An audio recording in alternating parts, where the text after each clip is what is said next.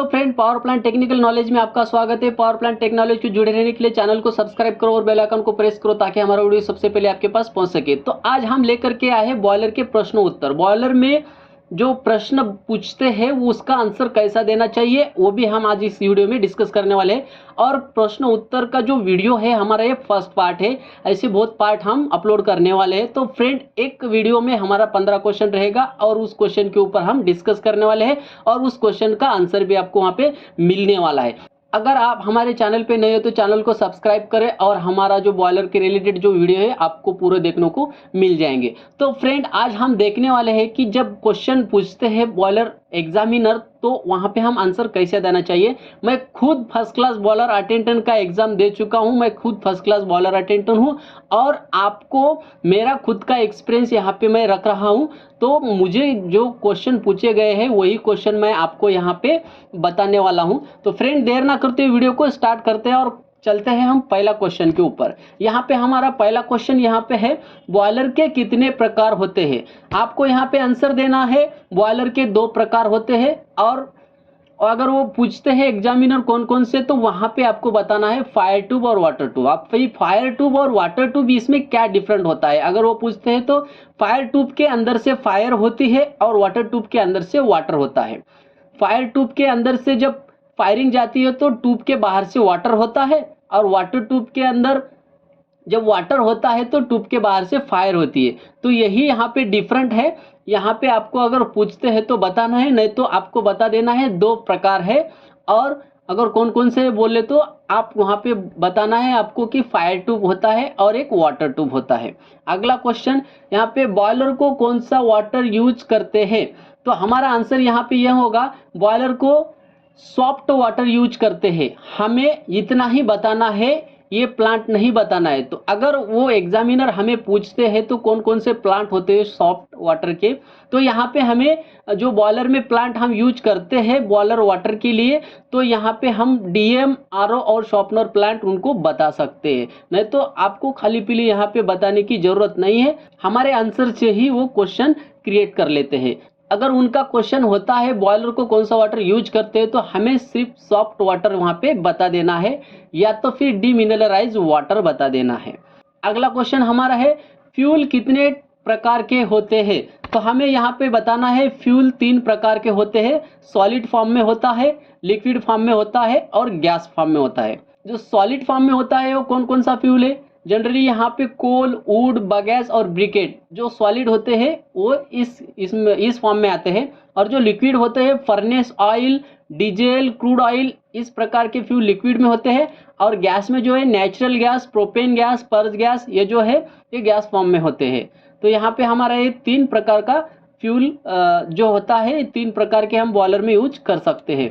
तो चौथा क्वेश्चन जो है हमारा, कोल कितने प्रकार के होते हैं। तो हमें यहाँ पे नॉर्मली बता देना है कोल 4 प्रकार के होते हैं, पीट कोल, बिटुमिनियस कोल, लिग्नाइट कोल और एंथ्रासाइट कोल। ये जो कोल है इंपोर्टेड कोल है, इसमें ग्रेड है और कौन सा कोल अच्छा है कौन सा कोल अच्छा नहीं है, कौन से ग्रेड का है, हम अगली वीडियो में देखने वाले हैं।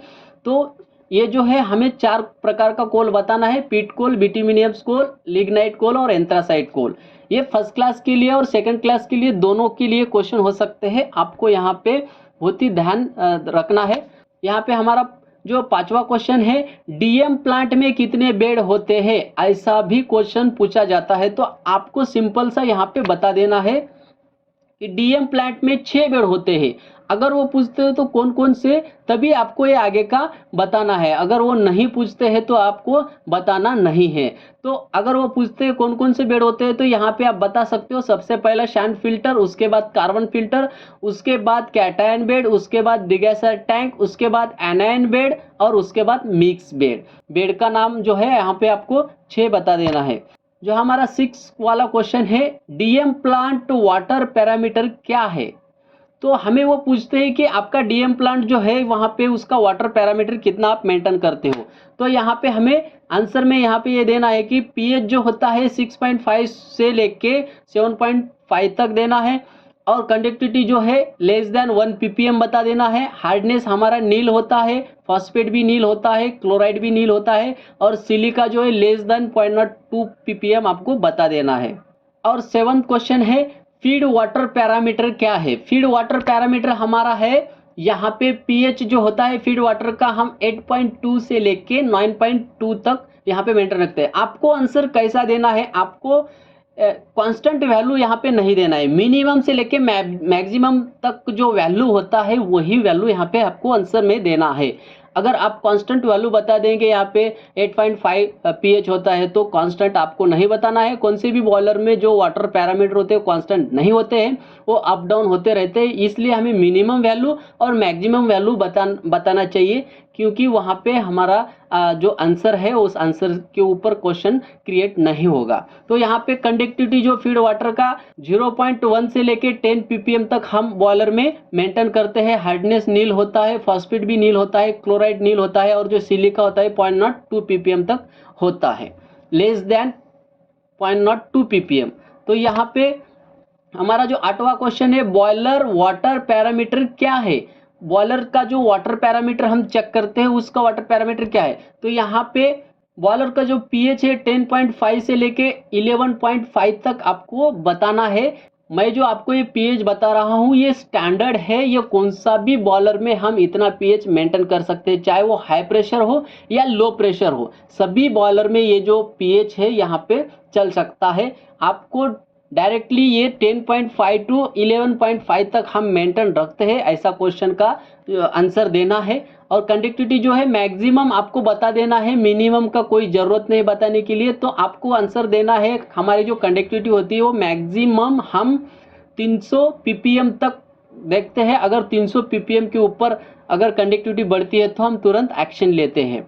तो यहाँ पे क्या एक्शन लेते हैं, हम सीबीडी ओपन कर देते हैं या आईबीडी दे देते हैं बॉयलर को, तभी हमारा जो कंडक्टिविटी है वो कम आ जाता है, यानी कि डाउन आ जाता है। हार्डनेस जो होता है हम नील, यानी कि कुछ भी नहीं है यहाँ पे, नील हार्डनेस से लेके हम 10 ppm तक बॉयलर में मेंटेन रखते हैं। यानी कि हमें हार्डनेस जो है नीली चाहिए, लेकिन नील नहीं होता है, कुछ तो आता है हार्डनेस, इसलिए हम मैक्सिमम जो है हार्डनेस हम 10 ppm तक रख सकते हैं बॉयलर में, कोई प्रॉब्लम नहीं। जो फॉस्फेट है 15 से लेके 25 तक, अभी इसका जो पैरामीटर है फॉस्फेट का, इसका बहुत ही इंपॉर्टेंट है, क्योंकि मिनिमम 15 चाहिए और मैक्सिमम यहाँ पे जैसा बॉयलर होता है उस हिसाब से यहाँ पे फॉस्फेट का रेंज होता है। तो आपको यहाँ पे स्टैंडर्ड में रेंज बता रहा हूँ, 15 से लेके 25 तक यहाँ पे कौन से भी बॉयलर को ये फॉस्फेट चल सकता है, लेकिन फॉस्फेट जो है ये डाउन नहीं होना चाहिए 15 के नीचे, और यहाँ पे ज़्यादा भी नहीं होना चाहिए, 30 के ऊपर नहीं होना चाहिए। उसके बीच की जो वैल्यू है मैंने आपको बताया है, 15 से 25 आप बोल सकते हो, कौन से भी बॉयलर को ये फॉस्फेट कंसीडर कर सकते हो, कोई प्रॉब्लम नहीं। और जो क्लोराइड है ये 30.0 से लेके 40.0 ppm तक बॉयलर को क्लोराइड भी चल सकता है, कोई प्रॉब्लम नहीं। और सिलिका जो है ये मैक्सिमम वैल्यू मैंने बताया है, सिलिका जो है 20 ppm मैक्सिमम, यानी कि 0 से लेके 0 तो नहीं होने वाली है सिलिका, लेकिन उसका जो मैक्सिमम वैल्यू है वो हम यहाँ पे मेंटेन रखते हैं। इसके ऊपर अगर आ जाता है जो सिलिका बढ़ जाती है तो हम वहाँ पे तुरंत एक्शन ले लेते हैं। तो 20 ppm हमारा मैक्सिमम वैल्यू यहाँ पे बता देना चाहिए। नेक्स्ट क्वेश्चन, जो सीबीडी और आईबीडी है वो क्या होता है, यानी कि हमारा जो सीबीडी वाल होता है और आईबीडी वाल होता है ये क्या काम करते हैं, ऐसे एग्जामिनर हमसे पूछते हैं। तो हम यहाँ पे उनको बता सकते हैं कि सीबीडी जो है ये कंटिन्यूस ब्लो डाउन है और आईबीडी जो है इंटरमीडिएट ब्लो डाउन होता है। तो सीबीडी का काम क्या है, सीबीडी का काम कंटिन्यूस ओपन रख सकते हैं हम ब्लो डाउन। आईबीडी जो है इसका एक लिमिट होता है, 4 घंटे के बाद 8 घंटे के बाद हम आईबीडी देते हैं।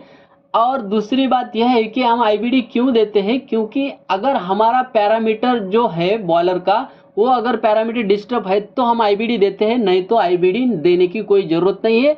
और हमारा वाटर वेस्ट, हीट वेस्ट हमें वहाँ पे नहीं करना है। और सीबीडी जो है अगर हमारा सिलिका, फॉस्फेट और पीएच बढ़ जाता है तो वहाँ पे जो है हम सीबीडी वाल कंटिन्यूस ओपन कर देते हैं और हमारा जो वाटर पैरामीटर है वो अंडर कंट्रोल में आ जाता है। तो यहाँ पे आपको सीबीडी और आईबीडी का काम समझ में आया होगा, कंटिन्यूस ब्लो डाउन सीबीडी और आईबीडी यानी कि इंटरमीडिएट ब्लो डाउन होता है। नेक्स्ट क्वेश्चन, सेफ्टी वाल के कितने प्रकार होते हैं, ये तो कंपलसरी आपको पूछा जाएगा।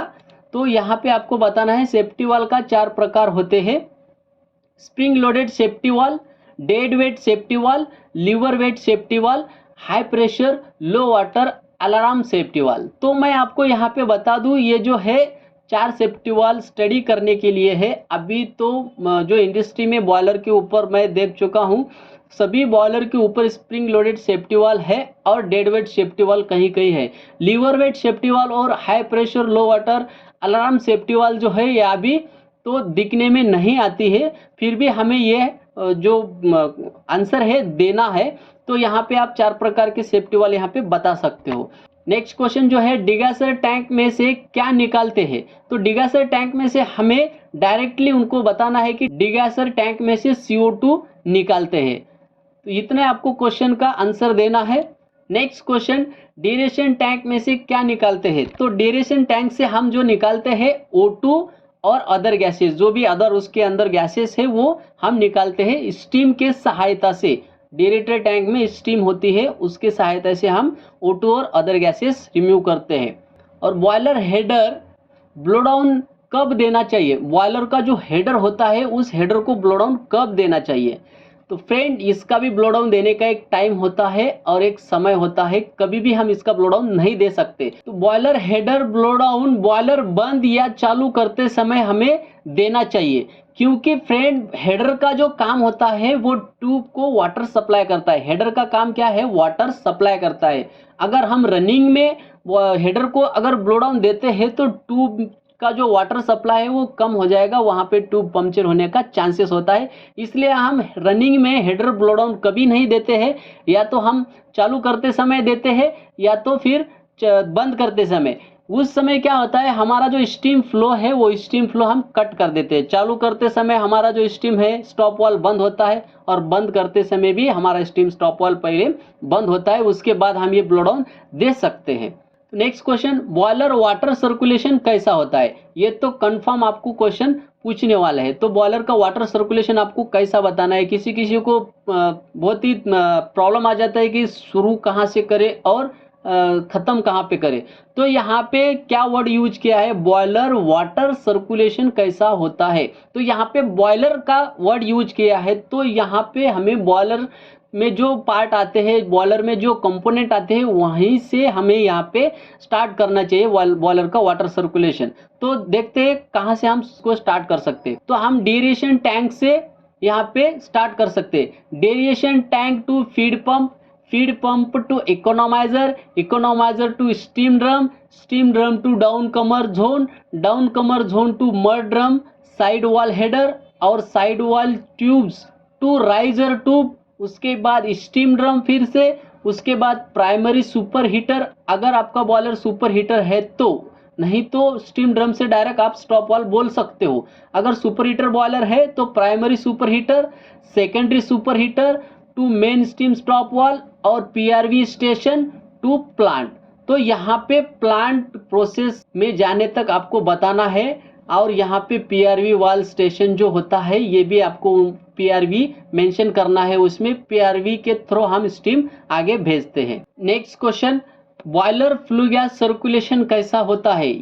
ये भी कंफर्म आपको ये क्वेश्चन पूछते हैं, जनरल क्वेश्चन है, हर एक स्टूडेंट को पूछते हैं ये क्वेश्चन, वाटर सर्कुलेशन और फ्लू गैस सर्कुलेशन। तो हमें यहाँ पे आंसर देना है। बॉयलर का जो फ्लू गैस सर्कुलेशन है ये furnace to combustion chamber, combustion chamber to secondary super heater, secondary super heater to primary super heater, primary super heater to convection zone, convection zone to bank zone, bank zone से हमारा जो flue gas होता है वो out हो जाता है। उसके बाद इकोनोमाइजर, उसके बाद APH, उसके बाद ESP और उसके बाद चिमनी यानी कि स्टैक। तो होप फ्रेंड आपको वीडियो अच्छा लगे तो चैनल को सब्सक्राइब करो और लाइक भी करो और बेल आइकन को प्रेस करो, ताकि हमारा वीडियो आपके पास सबसे पहले पहुंच सके।